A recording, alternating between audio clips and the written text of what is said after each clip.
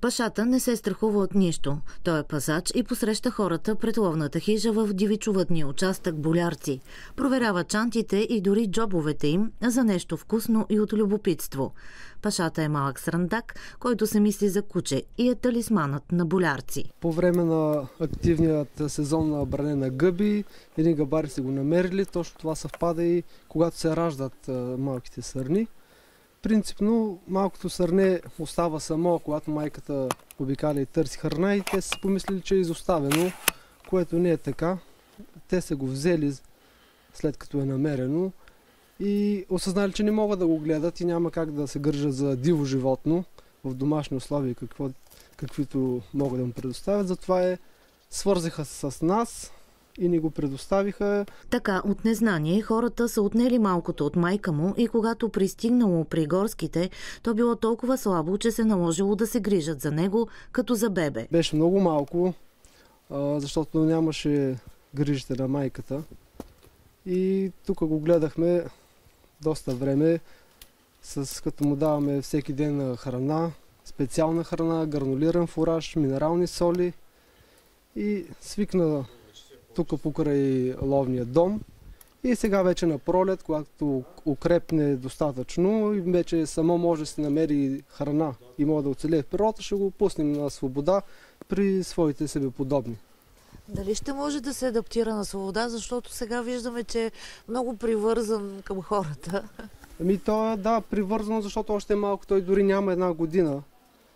Сега май месец ще направи една годинка. Би следвало, ще се привърже към природата, отново ще се върне към дивата природа. На пролет ловните служители ще започнат да приучават малкото към навиците, които ще му позволят да оцелее в дивата природа. Макар че веднъж свикнало с хората, е много вероятно да се превърне в ловен трофей. Но сега Пашата пази хижата, обхожда района и редовно проверява дали другите животни имат достатъчно храна в дълбокия сняг. Той постоянно обикаля с нас, дори по района, когато ходим да подхранваме дивеча, когато види кола, постоянно идва с нас и той много се превърза с нас, дори и ни с него. Стана като един член на екипа, като един талисман. Един талисман, да. И постоянно е с нас. Десетки малки сърнета и еленчета загиват всяка година в Родопите. През май и началото на юни хората попадат на тях скрити в хръсталаците или заровени в листата.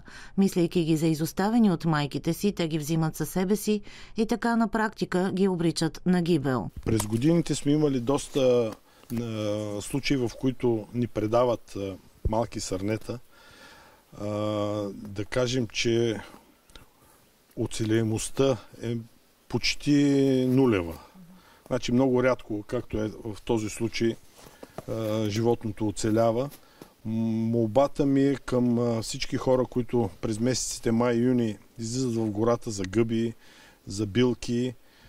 Когато видят малко сърне легнало, просто да не се доближават, да не го докосват, защото майката е наблизо и тя ще се върне за него. Но при един досег с хората, от хората, може и да го изостави и тогава просто не оцелява. Затова не бързайте да реагирате, ако намерите диво животно в гората. Ако е малко, отминете.